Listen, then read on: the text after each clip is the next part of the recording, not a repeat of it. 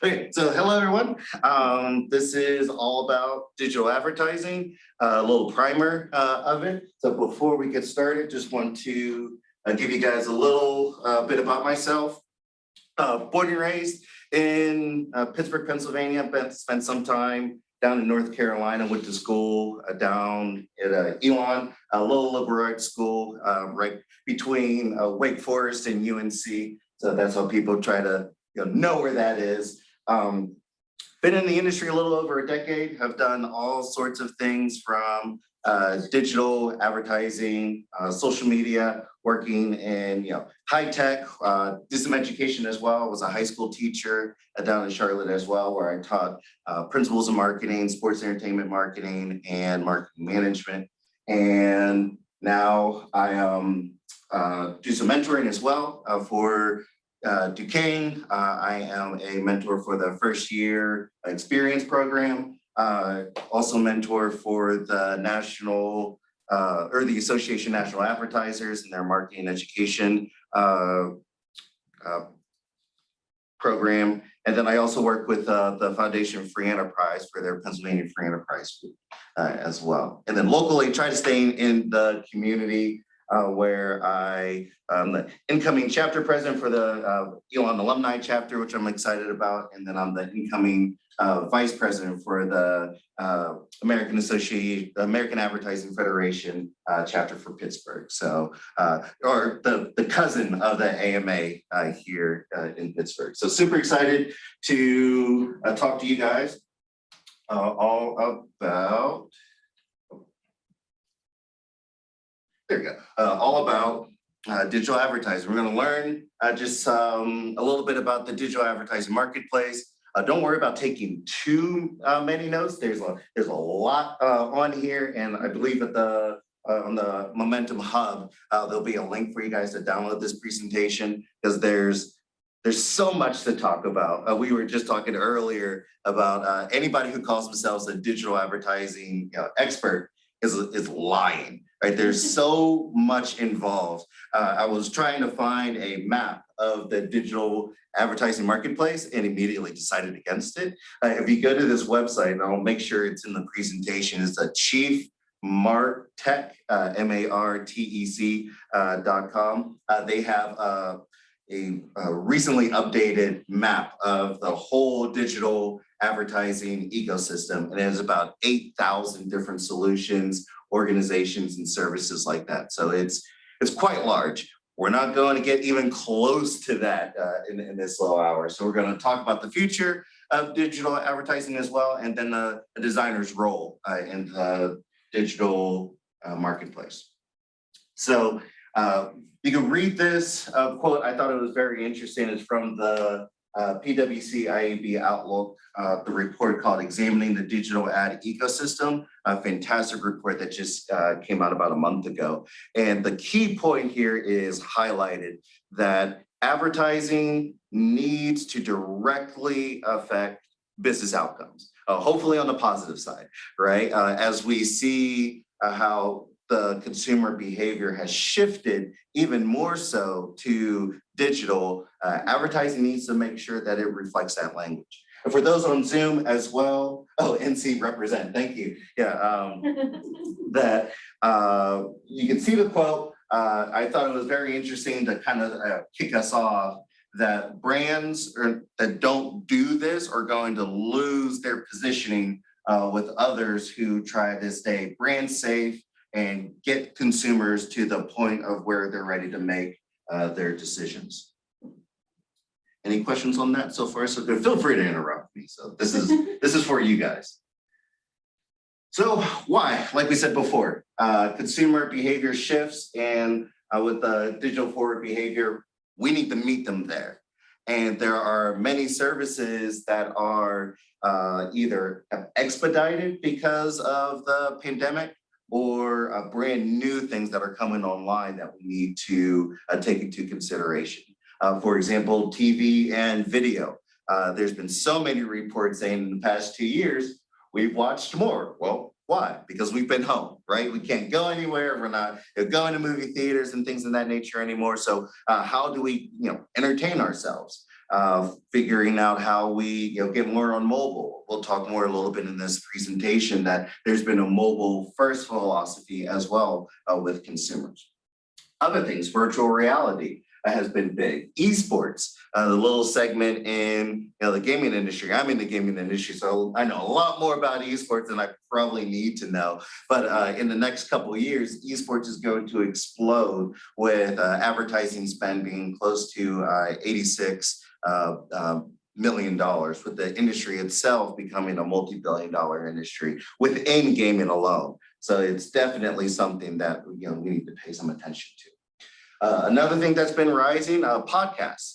People are at home, either cleaning, or they put the kids to bed, or just sitting around listening to podcasts, driving to work, or driving around town listening to podcasts. And so that advertising component as well, which we're going to touch on a little bit, has been proven to be really beneficial for not just your business to consumer, but the B2B as well, because people who are making decisions at businesses are people, so we can't ignore them. So like I said, there's a lot of stuff here, and you'll get this presentation afterwards. So there are some interesting components too about consumer behavior, is that they like digital advertising. We're going to talk the negatives about it in a second, but overall, people appreciate it because it keeps them informed. It lowers costs for certain things. Imagine having to get Disney Plus for free or for a much lower cost, just for watching 3 or 4 ads during the show. Not too intrusive, and you get the benefit of that network. People prefer ads that are tailored to their interests and their shopping habits. We see the benefits in that. You don't want to get ads that have totally no relevance to you whatsoever. And then to that point, 90% of consumers, 9 out of every 10 people, find impersonal advertising annoying, and rightfully so, right? I'm never going to shop for heels for myself, so why would I see those ads? So there are some problems with digital advertising. People say that they could be intrusive, that they're not relevant, that brands, different organizations that use advertising may be abusing their data, or they don't know how they're getting the data. Like, how do they know I've shopped here? How do they know this or that about me? We just want to know how we get that information. And so all of these kind of come together to that too many. We think that there are too many ads because they're intrusive, because that they are abusing or misusing our information, and that they're not relevant. If we saw nothing but relevant information, then we might not think that there are too many, that we think that okay, well, this personalization is good for me because they're finding, or they're giving me goods and services that could improve my everyday life. And that's overall what the point of digital advertising is. So here are some of the big players for your social and digital ecosystem.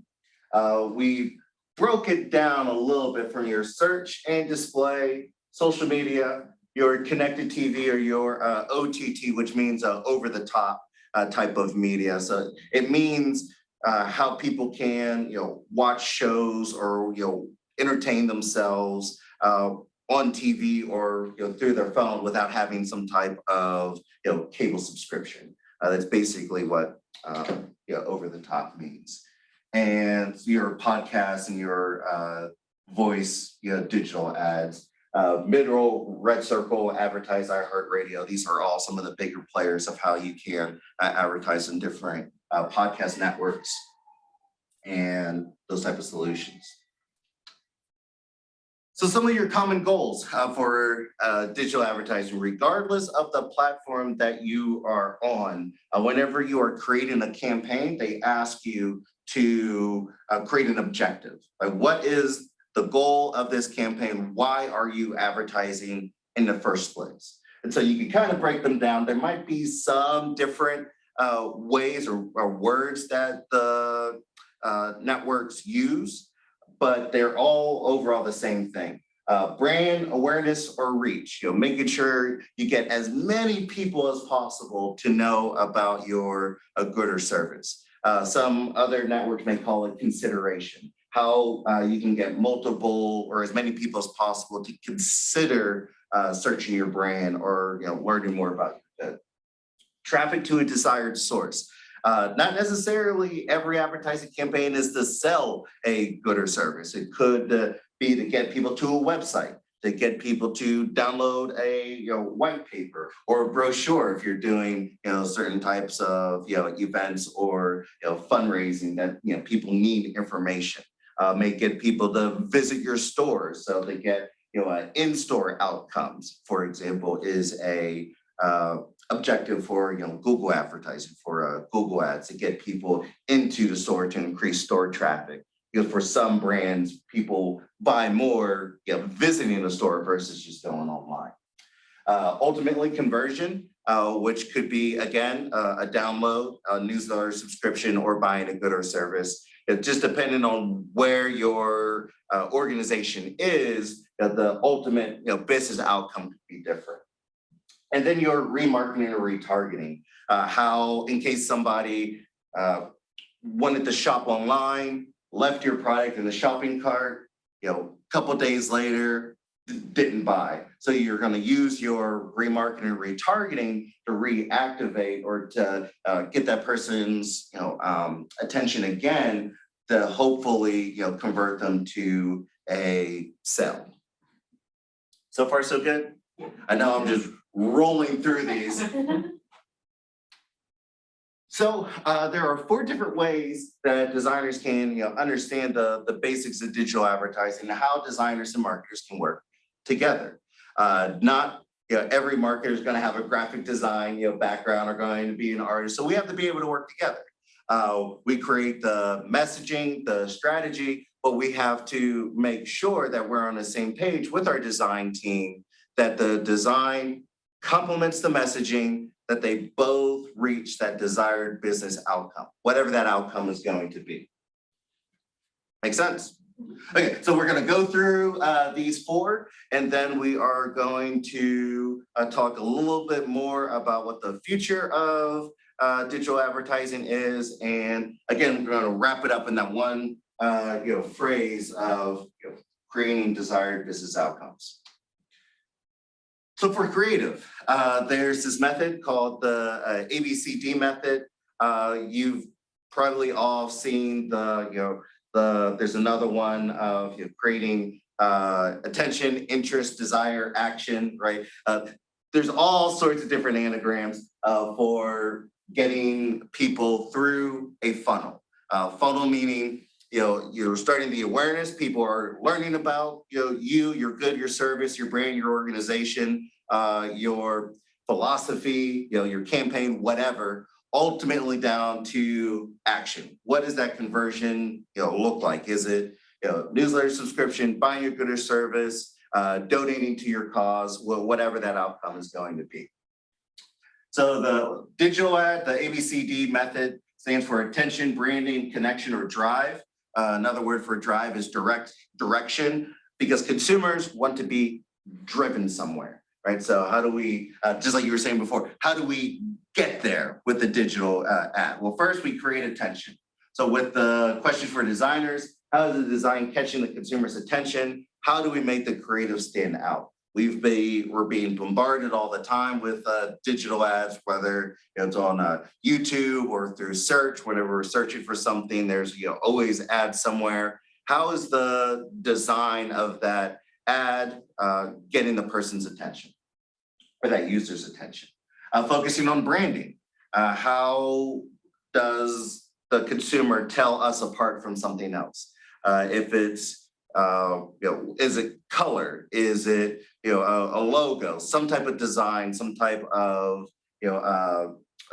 typography? What makes us as a brand stand out versus our competitors, versus our complements, to make sure that that consumer knows that this is us talking to them in a digital nature?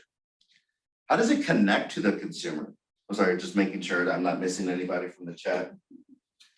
New phone, and I don't remember how to extend the sleep, right? So that's great. How do we connect with the consumer? Consumers can operate on on the spectrum, right? What's hurting me? What's my pain point? What's frustrating me? Or what do I desire to be? Right? So with digital advertising, we need to make sure that we figure out which one is higher in that person's consideration set. Is it a pain point that they're hoping to replace something? Or is it a desire or fantasy that they're looking to add something?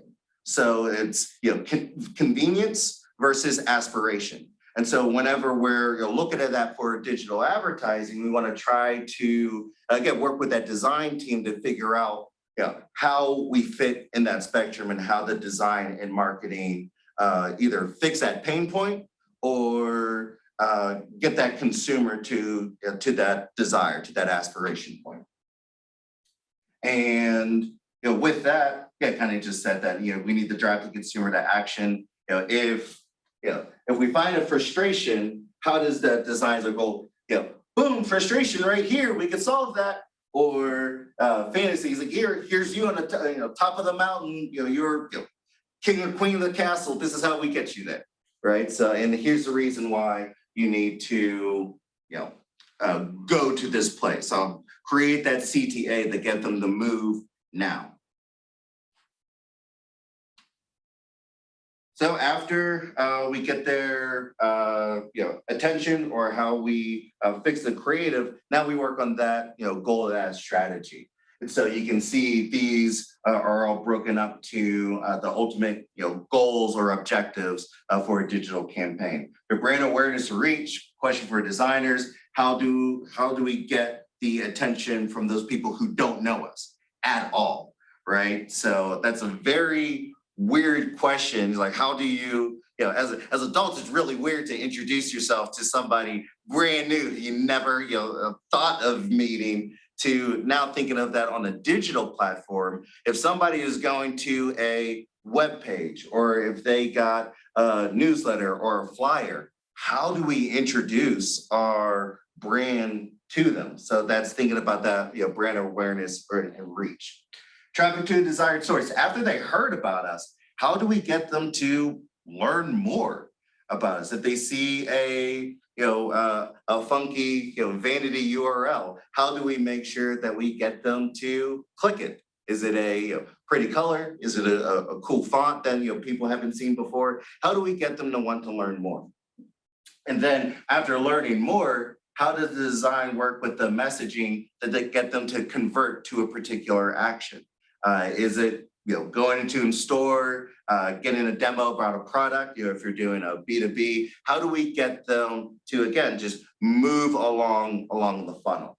And then if they don't convert right away, how do we keep them, or how do we have them keep us in their consideration set, right? So if they looking at product B while we're product A, how do we get them back to look at us? Do we position ourselves as a compliment? Do we talk again about a pain point? Or do we see like, hey, maybe you weren't ready for product A yet because you're at product B. When you're ready to be that better you, or to solve the frustration that product B hasn't seen yet, we're still here and we're waiting for you, right? So how do we get the digital marketing or digital advertising messaging to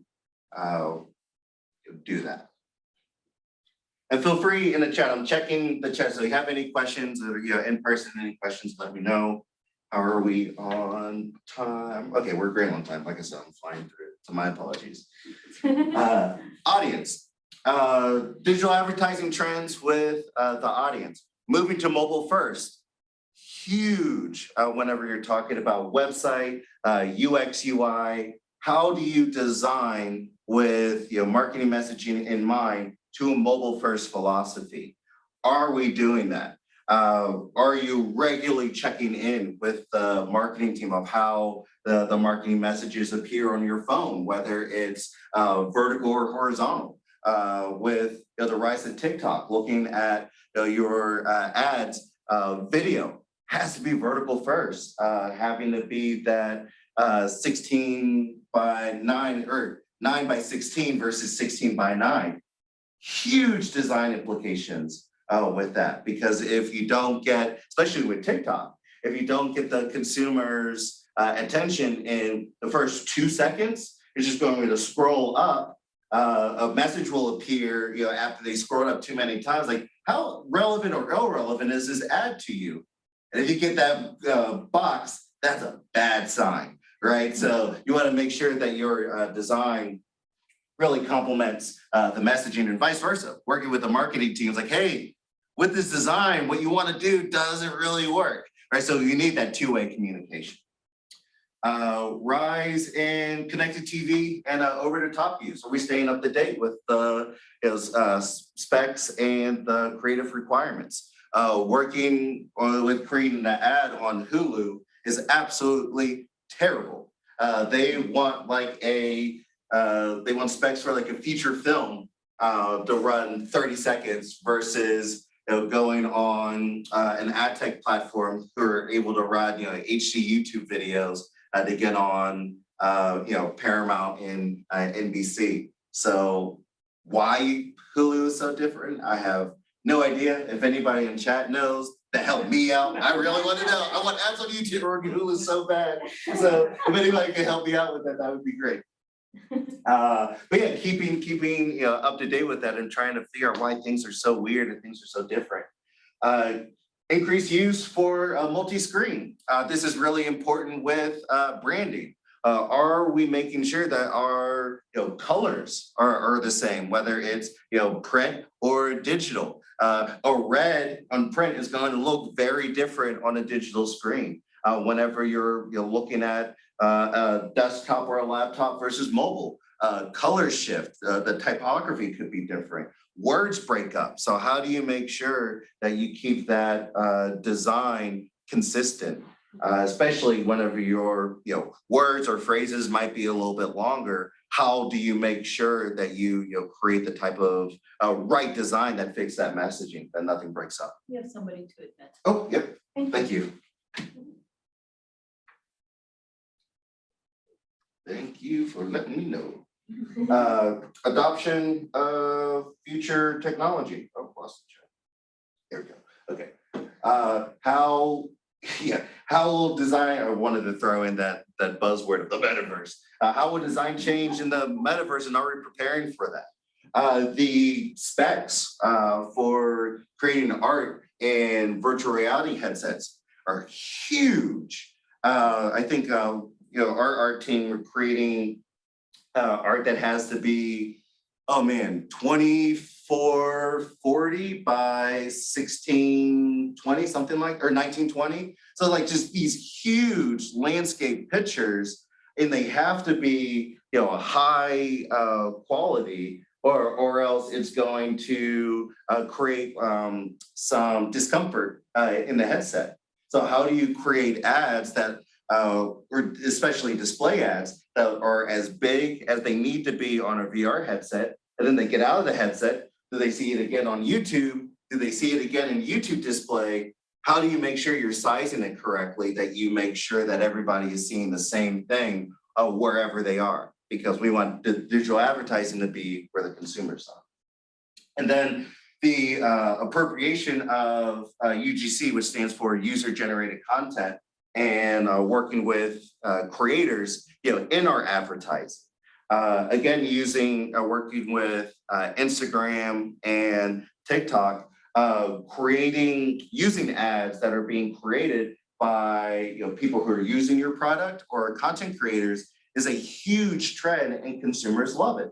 They love seeing their content creator in an ad that they watch on YouTube, or they catch their Instagram posts and reels, because they see that person as them, right?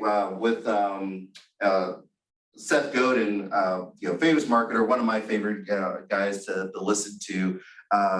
They talk about tribes, and I like this person because they do what I do, right? So a person Person one likes product A. I like that person, I'll probably like product A as well. So whenever we're working with the content creators or using that user-generated content, you get that whole line, people like me do this, or people who are like me like this product. So I'll like that product too. So finding, how we activate, those tribes, or how we activate those content creators in our advertising might not be as flashy, and that's always a push, what design you want it, as contained as can be. You want those creative constraints, but now, we're being asked to give up or to, democratize the type of design. And it's tough. It's a tough place to be for a designer, tough place to be for a marketer,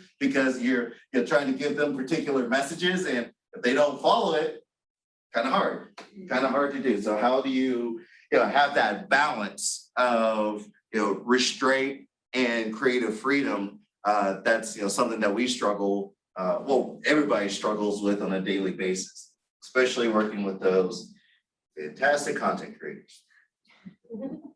I do love them. It's just, it's a love-hate relationship. For platform, again, talking about our bigger players here, search and display. Again, do we have the right specs for the different types of campaigns? For a single type of creative, for Instagram and Facebook, you have 21 different placements, right? So that's 21 different pieces of creative. You have 4 different types of headlines, 4 different types of long descriptions, and 4 different types of short descriptions that you're able to mix and match. So whenever you put that together, that's like, 70 different types of ads that you can run on just 2 different networks, which is absolutely incredible. And now in the future, Facebook announced that now you'll be able to run more ads through Messenger and WhatsApp, and to convert people to WhatsApp to come straight to Facebook and from a single ad, which is absolutely phenomenal. So, whenever you have those big networks like Facebook having those networks being able to talk together, it's amazing and terrifying at the same time, right? That they're able to do that. For social media, do we have the right type of channel requirements? Several pieces of creative to test. Which is frustrating, each social media network has a different type of algorithm. There's always talk about, TikTok's algorithm. How do we get so many cool things to you that you like as quick as possible that they do? Facebook, how often you have to change your creative. They recommend every 7 to 10 days for their algorithm to optimize. I think Pinterest is the same, about 10 days. Reddit wants you to advertise for at least 2 weeks, 10 to 14 days for their algorithm to optimize. So you have to, doing all these things, you kind of learn how each social media network's algorithm optimizes and how they use their data to aggregate people based off of their interests, their habits, and their searching to provide the best type of ad service to them, which again helps you. Same questions with the connected TV and the podcasting. How design will have input. What are the needs for each platform? We just need to have that two-way communication. Like, here's the marketing message. Here's the design. How do we work together to best meet the consumer where they are? So far, so good. So the future. There are thankfully a lot more opportunities than threats whenever it comes to digital advertising. We'll go through the threats first because they're a little bit more prominent. Loss of third-party data. I was talking about this a little bit before the presentation started, and I want to say June, it might be July, I'm pretty sure it's June. Google is getting rid of all third-party cookies. So people who aren't collecting that first-party data like emails, your names, addresses, how you shop. For example, Giant Eagle, your value card, Shop and Save, stuff like that. They've been doing that for decades. That's the model. How if you're not collecting that type of data yourself, how you're getting in front of people is going to become a lot more complicated. So you won't be able to track consumers as well without using cookies, trying to figure out based on their IP addresses, where people are searching things. Just mentioned a little bit about the democratization of creative design with user-generated content and influencers. If they're putting out bad stuff and turning away your consumers, whether you like it or not, they're in charge of how your brand is being presented. And so that could be a complication. We've seen a lot of that with brand safety, right? You're advertising or have your brand in front of these Instagrammers, these YouTubers, these Twitchers, saying hate speech, doing some crazy stuff, and your brand's front and center. Like, oh, that's not good, right? And that's a bad choice. So that could be very dangerous. But having that upfront communication and knowing the content creators can also be just as powerful. So there's more upside than downside, to that, because the content creator industry is maturing a little bit more. So you're seeing less of that. So it's less of a threat, but it's still there. Growing consumer distrust of digital advertising, a major reason why third-party cookies are going away, right? People want more transparency. People want more privacy, whatever privacy means in the digital age. But people at least want a more higher perception of privacy. And brands need to do a better job at that. I mean, period. People want to know how advertisers are using their data, having control over their data, and Google and the bigger players are trying to figure out ways to give people more power for that.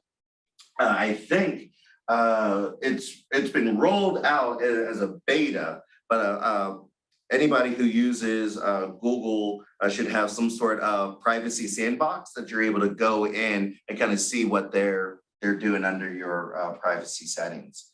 Bad actors misusing third-party data. As we talk about one of the opportunities with third-party or with first-party data, again, there's that spectrum. There are thankfully a lot more good marketers and advertisers than bad, but the bad ones get more attention, right? So that's the downside whenever we're trying to operate on a high moral standards, and then you have a bunch of idiots who want to get data and misuse it. They try to all the spam, right? Just spew out messages hoping to get 5% sales, but that doesn't help anybody.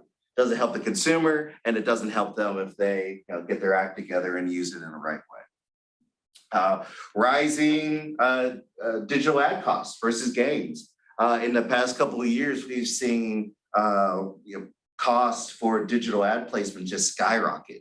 For example, for Facebook, it used to be easy to get a cost per click between 30 to 45 cents. And now we're seeing costs around $1.30, $1.65, which sucks, right? So that means asking for a budget almost 4 times of what we used to ask for just 3 years ago. And so being able to explain why we need that for a return on investment, kind of hard, right? Because of that digital first, the consumer spending so much more time online, and so using the multi-channels, going on social media, going on connected TV, using podcasting, using your newsletter, trying to get as many touch points as you can.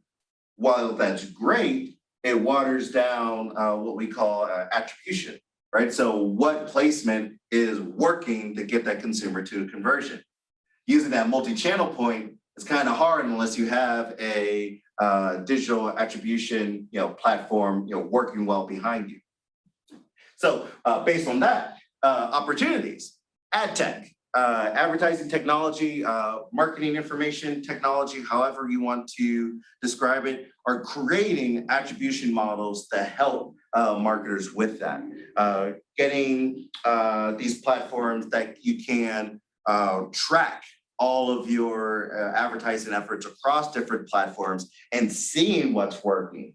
The only issue with that is that some reporting platforms are better than others, right? And some social media networks are talk better to some platforms than others. So there's no standardization yet in terms of reporting, which makes, again, ROI a little difficult to report to the people giving us the big bucks. Use of first-party data is huge because of customer data platforms. We see some of this with your CRM platforms, your customer relationship management platforms, how you can get data from your customer, your name, email, shopping habits, interest, how many times they've been to the store, how many times they visited your competitor. Having this type of data yourself is huge because you can create better personalized messages to each and every person. There's a philosophy for business to business called account-based marketing, which that's essentially what you do with your CRM networks. But we're seeing that being applied to the consumer with this, customer data platforms and web personalization. There's a lot of opportunity for your gated, your niche communities, your Discords, your Facebook groups that are gated, being able to activate the gatekeepers, right? The group admins, the Discord moderators to be an advocate for your brand, to let you in that you can run different challenges or run different sweepstakes or sales that are specific to that community. Hey, say you're part of this network and you get this special website, right? People like that type of inclusivity. For designers, having UX design that directly influences first-party data is going to be huge for the future of digital advertising because of that reliance moving from third to first. We got to have design from websites, from newsletters, Waite, places that we can collect information that removes that pain of relinquishing data for advertising purposes. There's a lot of angst for people to do that. And so trying to figure out how design can help alleviate that pain is a big deal.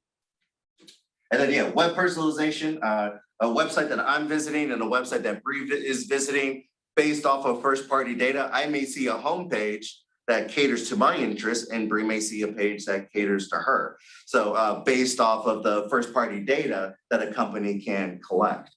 We already see this again on a business-to-business front. For example, for us, for Shell Games, we can, with this web personalization tool, we can show a homepage that shows our education games to somebody who works at University of Pittsburgh versus showing our work with Play to Prevent, from Yale University to Bree, who works at a nonprofit. Right, because of the data that we have from them, it's like, oh, well, let's serve up this homepage that shows this type of game we do, and let's show this page based on their habits. What personalization is going to be huge in the next couple of years. It's getting better on the business-to-business front, but with first-party data for consumers, we're going to see that change as well. So, like I said, marketers can only make good advertising or effective advertising that drives desired business outcomes whenever it's complemented by intentional design. And that intentional design means working with marketing to finally tune the message to make it look attractive enough that showcases our branding, that's connected to not just the consumers pain points, but also aspirations that's connected to the brand that will get them to convert and move through that funnel. And so I am happy to entertain any type of questions, comments, concerns you may have. I think I left a minute. But we started late, so if we need a few more minutes, that's fine. Excellent. I know that was a lot to go through. You're welcome to connect with me on LinkedIn. Happy to always talk about anything, digital marketing and advertising. I brought some cards as well, if that's what you prefer. So this may have nothing to do with it. No, Have you seen any, like, after the pandemic? Yeah, there was a big blow up of, all this stuff went crazy. After the pandemic now, do you see it's like dying down? Are they refocusing from like digital to other things like person to person advocacy or something? Where it's, sure. have you seen that? Is that more of a concern? Like, oh, okay, now we have to go all digital, but now, well, maybe we shouldn't go all digital this way or that way. How do we get to other people? If that makes any sense. Yeah, no, that's a great question. So basically what the data shows, and not just quantitatively, but anecdotally as well, is that the pandemic just expedited the shift to digital. There was always that growth of becoming mobile first. I mean, Shell Games went to mobile first in 2019, right? Trying to make sure that everything works great on mobile first, and then desktop or laptop and PC. So the pandemic just made the consumer behavior shift at a faster rate. And so after it, even as things are opening up, we still see a reliance on digital. We still see an increase of digital watching, not just people going to events, but you see people on their phones and in line watching stuff, connecting to each other, not just in person, but virtually to go in person. So a lot of the digital trends that we have seen in these past 2 years might be a small decrease, but nothing noticeable to change the mind to making sure all of our things are as digital first as possible. Did I answer your question? Yeah, it Okay. did. It did. Like burnout, right? So like I'm constantly on my phone, like, oh, what time? Have you seen that? That. So it's No, very little. Very, very little. I mean, like you said, there's been all that talk about digital safety, and then adding limits on TikTok, adding limits on Instagram, and now you can set a timer. It's like make sure I don't look at my phone for more than 50 minutes a day. Right? How many people actually follow that? I don't know. Like, it feels good to put it on, but at the time it goes on, you're like, oh well, time to put my phone down. Says no one, right? So you just like, what do? They look at the timer, it's like, I'll do better tomorrow. Click, yeah. So and that's basically what you see. It's a great feeling for consumers that give them that power. They're like, oh, it's time for me to quit, but no one. And if you do online, then more power to you. But that's not something that I've seen. Any questions from the Zoom participants? Oh yeah, you are welcome to unmic and ask a question as well. Anything. I on a personal with so I do, like I said, I do the advertising, social and digital, influencer, and trade show and events for the studio. So if you have anything along those lines, I've run ads on Instagram, Facebook, Reddit, TikTok, Twitch, Pinterest. Used an ad tech network called Brandzuka, where we got on some over the top stuff and some connected TV as well. We had Wiz Khalifa break one of our VR headsets. Whatever one of his team members was high as a kite. So that was interesting. So yeah, personally, I think esports is going to be huge for advertisers.